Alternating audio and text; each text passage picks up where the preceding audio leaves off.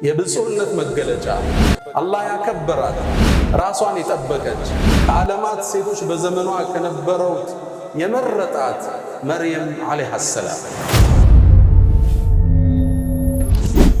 አላህ ያከበራት ያላቃት ሴት ቁርአን ውስጥ በሴት ስም የተጠራ ምዕራፍ የለም የሷ ስም ቢሆን እንጂ ሱረቱ መርየም ቁርአን ውስጥ የሌላ ሴት ስም በስም አልተጠቀሰም የሷ ስም ቢሆን እንጂ 33 ጊዜ አላህ ቁርአን ላይ ስሟን ጠቅሶታል መርየም ይላል። እንዴት ቢያከብራት እንዴት ቢያልቃት ምን አይነት ሴት ሆና አግኝቷት ነው አላህ እንዴት ነው ከፍታዋን የሰቀለ የሙሳን እናት ሲጠራ ኡሙ ሙሳ የሙሳን እህት ሲጠራ فقالت لأخته قصي اهتسي አሲያን የጽናት ተምሳሌት የሆነችው የፊርዓውን ሚስት እምራአቱ ፊርዓውን ሲል የመርየምን እናት ራሱ ሐናን አላህ ራሱ እምራአቱ ዒምራን ሲል መርየምን ግን በስሟ ጠቅሷታል። ይቺ ሴት ማነች? ገድሏስ፣ ቁጥብነቷስ፣ ራሷን ክብሯን መጠበቋስ የአላህ የተአምር መገለጫስ እንዴት አደረጋት? የዛሬ ቆይታችን ላይ እናወሳዋለን። ጉዞዎች ሁሉ ከቤተሰብ ይጀምራል። የመርየም አባት ዒምራን ይባላል። ዒምራን የተከበረ የአላህ ባሪያ ነው። ነቢይ አይደለም። ልብ በሉ፣ እንደኔና እንዳንተ ግለሰብ ግን አላህን የሚፈራ ዓቢድ፣ ዒባዳው የበዛ ስጅዱ የረዘመ ዚክሩ የበዛ የአላህ ምርጥ ባሪያ ነው። ትልቁ ምዕራፍ አላህ ከበቀራ በኋላ ያለው አለ ዒምራን የዒምራን ቤተሰቦች አለ። ይህ ቤተሰብ ታሪክ ሰርቷል፣ ትውልድ ለውጧል፣ የአላህ ተአምር መገለጫ ሆኖ አልፏል። ሊወሳም የግድ ይለዋል። አላህ ከመረጣቸው ባሮች ውስጥ አንዱ ይሄም ቤተሰብ ነው። ኢነላህ የአንተ ጌታ አላህ ኢነላህ አስጠፋ አደምን መረጠ፣ ወኑሐን ኑሑን መረጠው፣ ወአለ ኢብራሂም የኢብራሂምን ቤተሰብንም መረጠ፣ ወአለ ዒምራን የኢምራንንም ቤተሰብ አላህ መረጠ። ዓለል ዓለሚን በዓለማት ካሉት ሁሉ ذርየተን ባዕዱሃ ሚን ባዕድ ወላሁ ሰሚዑን ዓሊም የተመረጠ ቤተሰብ። እዚህ ቤተሰብ ውስጥ አንዲት ብፁዕ ልጅ ወጣች። እሷም ኡሉል ዐዝም ሚነ ሩሱል ከሆኑት ውስጥ አንዱን ነቢዩላህ ዒሳን ኢየሱስን ለመውለድ በቃች። ታሪኩ የሚጀምረው እንዲህ ነው። እናቷ ሐና አንድ ልጅ ወልዳ መውለዷ ተቋርጦባት ነው። አላህ ልጅ እንዲሰጣት በጣም ለመነች። ከዓመታት በኋላ አላህ ከዒምራን ከባሏ እንድታረግዝ አላህ ፈቀደ። ያኔም ጽንስ መያዟን ስታቅ አንድን ዱዓ ወደ ሰማይ አሻገረች። ልብ በሉ፣ አንዲት ሴት ነች።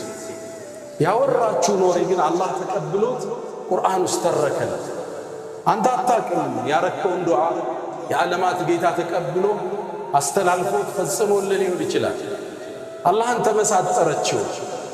ኢዝ ቃለት እምረአቱ ዒምራን ይላል ቁርአኑ ላይ። ልክ ስትቀሩት ልባችሁ በሐሳብ ይጎል በትዝታ ይዋኛል። ያን ቤተሰብ ትናፍቃላችሁ።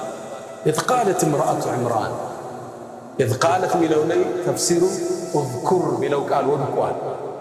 አንተ መሐመድ የዒምራንን ባለቤት እንዲህ ባለች ጊዜ የሆነውን ለኡመቶችህ አውሳ። እዝኩር ሚለው ወድቋል ብላለች። ረቢ ጌታዬ እኒ ነበርቱ ለከ ማ ፊ በጥኒ ሙሐረረ ማኅፀኔ ውስጥ ያለውን ጽንስ እኮ ለአንተ ነፃ አገልጋይ እንዲሆን ቃል ገባዋለች። ሰጥቼዋለሁ፣ የአንተ አገልጋይ ይሁን ሲወለድ በይተል መቅዲስን መስጅድህን አገልጋይ ይሁን ነይቼዋለሁ አለች። ማ ፊ በጥኒ ማ ምንለው ሐርፍ መውሱል እንለዋለን በነሕው ቋንቋ። ዩፊዱል ዑሙም ጥቅል ነገር ነው የሚያስይዘው። ሆዴ ያለውን የቱሉም ነገር ለአንተ ነይቼዋለሁ። ወንድ ይሁን ሴት፣ ሁለት ይሁኑ ሶስት፣ ለአንተ አገልጋይ ይሁን። አረገዘች። ከመውለዷ በፊት ባሏ ዒምራን አልፏል። ስለዚህ ባል ስለሌላት የተወለደው ሴትም ይሁን ወንድ እሷን ሊያግዛት ነው የሚገባ። እሷ ግን ለአላህ ሰጠች። ሆዴ ውስጥ ያረገዝኩትን ጌታዬ ለአንተ ሙሐረረን ነፃ ሲሆን አድርጌዋል። ከዛስ ምን አለች? ፈተቀበል ሚኒ ተቀበለኝ። ስራ ሰርተህ መቀበል ማለት ቀቡል አላህ በውዴታ ሲቀበል ቀቡል ይባላል። እዛ ነው ነቢዩላህ ኢብራሂምና እስማዒል የከዓባን ግንብ ያነሱ ረበና ተቀበል ሚና ኢነከ አንተ ሰሚዑል ዓሊም ጌታችን ተቀበል። ኸይር ትሰራለህ፣ ቁርአን ትቀራለህ፣ ዘካት ትሰጣለህ፣ እንዲቀበልህ ግን ሰማይን ታንኳኳለህ። ጌታዬ ተቀበለኛል። ኢነከ አንተ እኮ ሰሚዑን ዓሊም ሰሚነ አዋቂን ዱዓዬን ትሰማለህ፣ ዓሊም ንያዬን የውስጤን ታውቀዋለህ ብላ ሰማይን አንኳኳች። ፈለማ ወضዐትሃ ልክ ስትወልድ ግን ወንድ አልነበር፣ ሴት ተወለደች።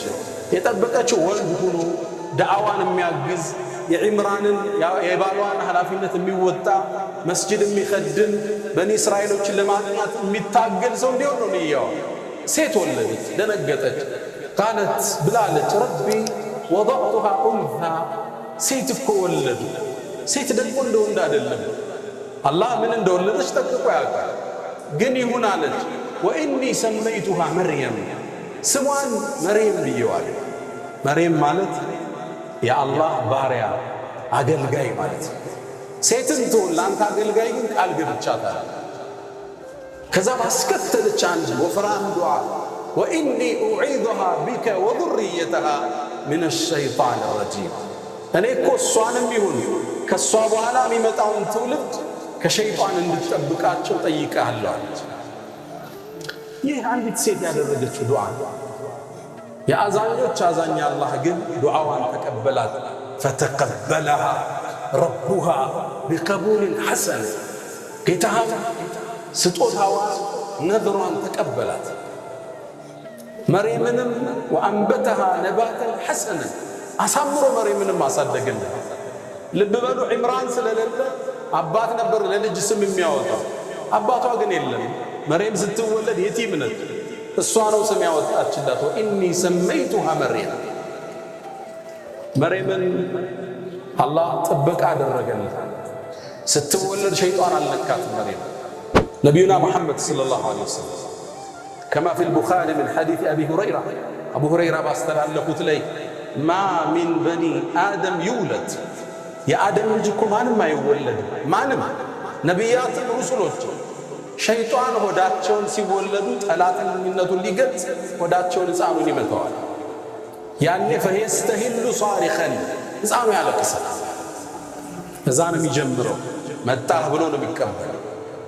መርየምንና ልጇን ሲቀራሉ ነቢዩ ዓለይሂ ሰላቱ ወሰላም ፈተቀበለሃ ረቡሃ ቢቀቡልን ሐሰን ለሌላ ነቢያቶች ያልሰጠውን ዕጣ ለእሷና ለልጇ ለልጅ ልጇ አላህ ተቀበለ።